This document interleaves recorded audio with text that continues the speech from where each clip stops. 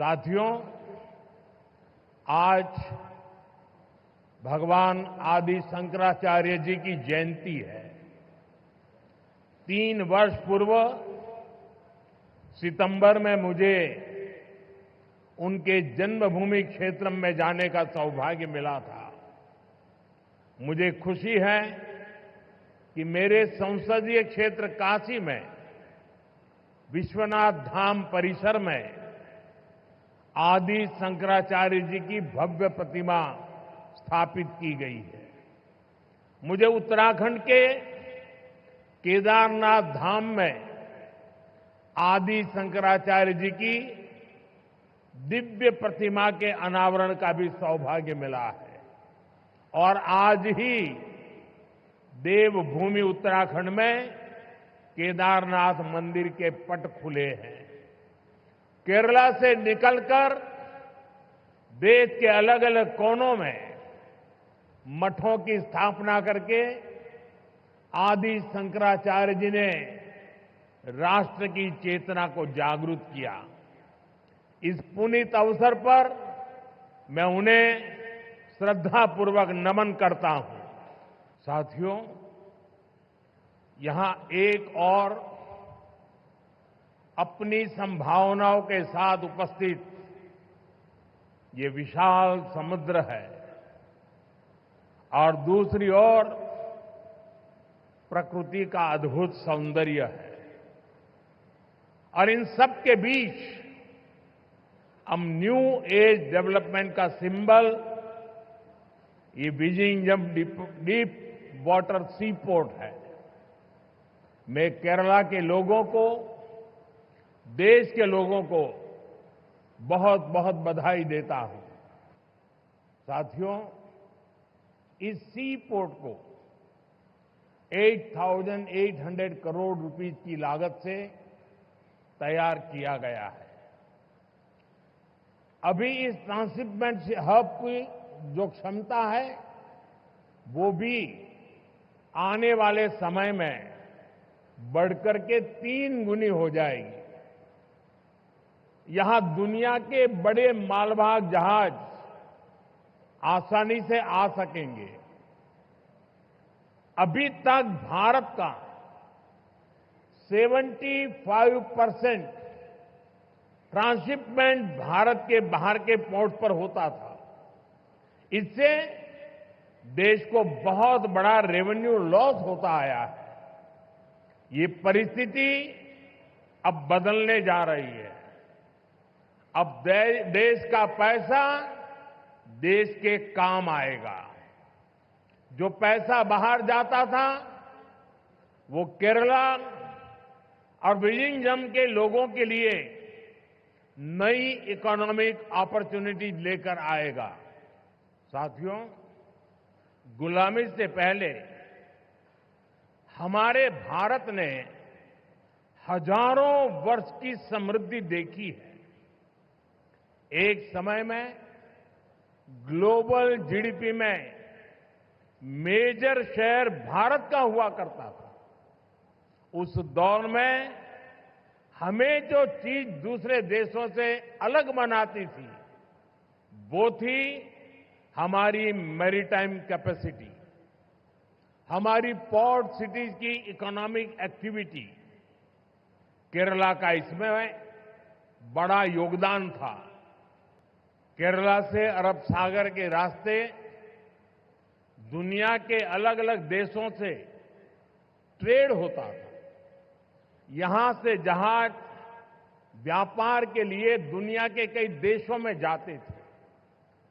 आज भारत सरकार देश की आर्थिक ताकत के उस चैनल को और मजबूत करने के संकल्प के साथ काम कर रही है। भारत के कोस्टल स्टेट, हमारी पोर्ट सिटीज विकसित भारत की ग्रोथ का अहम सेंटर बनेंगे। मैं अभी पोर्ट की विजिट करके आया हूं और गुजरात के लोगों को जब पता चलेगा कि इतना बढ़िया पोर्ट ये अदानी ने यहां केरल में बनाया है, ये गुजरात में 30 साल से पोर्ट पे काम कर रहे हैं, लेकिन अभी तक वहां उन्होंने ऐसा पोर्ट नहीं बनाया। तब उनको गुजरात के लोगों से गुस्सा सहन करने के लिए तैयार रहना पड़ेगा। हमारे मुख्यमंत्री जी से भी मैं कहना चाहूंगा, आप तो इंडिया अलायंस के बहुत बड़े मजबूत पिलर हैं, यहां शशि थरूर भी बैठे हैं, और आज का ये इवेंट कई लोगों की नींद हराम कर देगा। कल मैसेज चला गया जहां जा रहा था।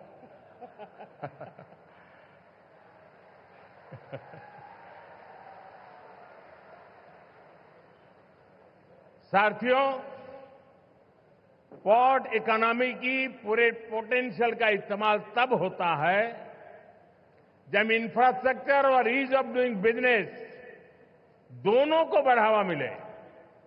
पिछले 10 वर्षों में यही भारत सरकार की पोर्ट और वाटरवेज पॉलिसी का ब्लूप्रिंट रहा है। हमने इंडस्ट्रियल एक्टिविटीज और राज्य के होलिस्टिक विकास के लिए तेजी से काम आगे बढ़ाया है।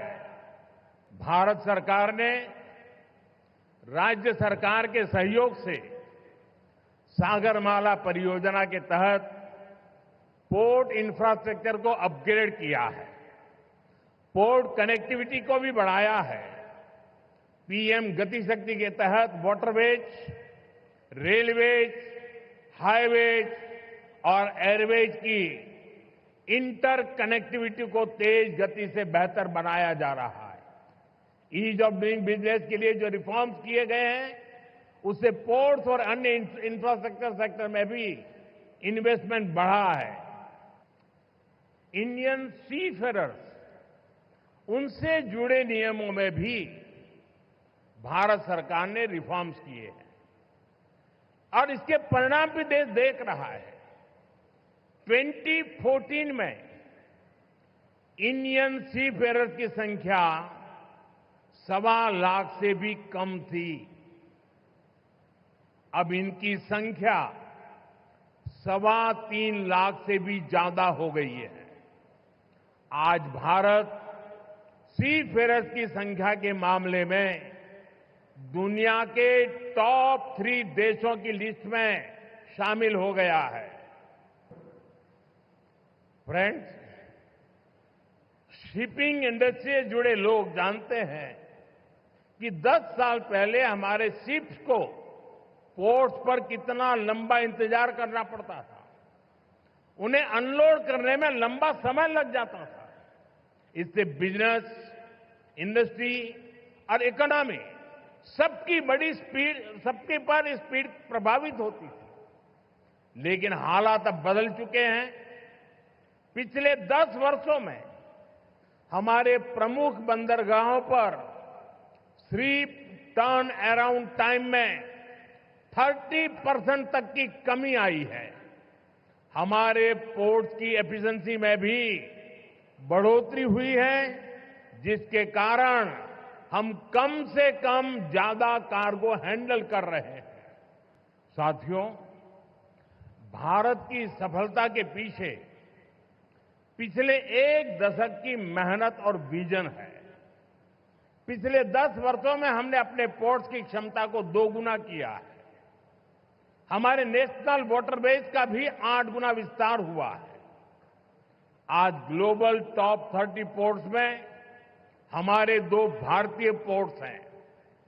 लॉजिस्टिक परफॉर्मेंस इंडेक्स में भी हमारी रैंकिंग बेहतर हुई है। ग्लोबल शिप बिल्डिंग में हम टॉप 20 देशों में शामिल हो चुके हैं।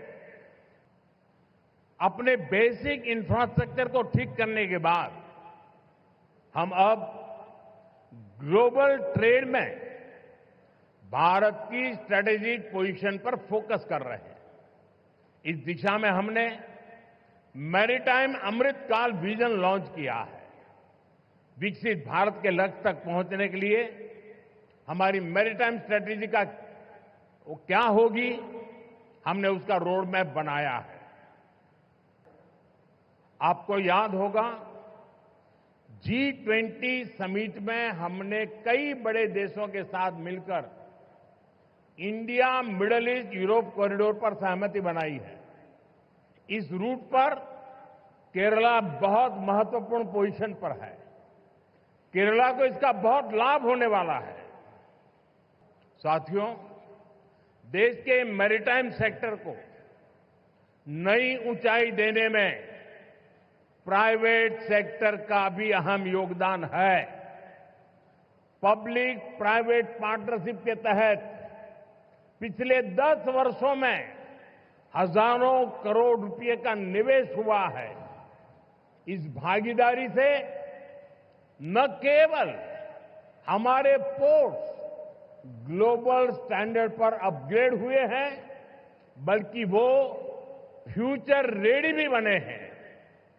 प्राइवेट सेक्टर की भागीदारी से इनोवेशन और एफिशिएंसी दोनों को बढ़ावा मिला है।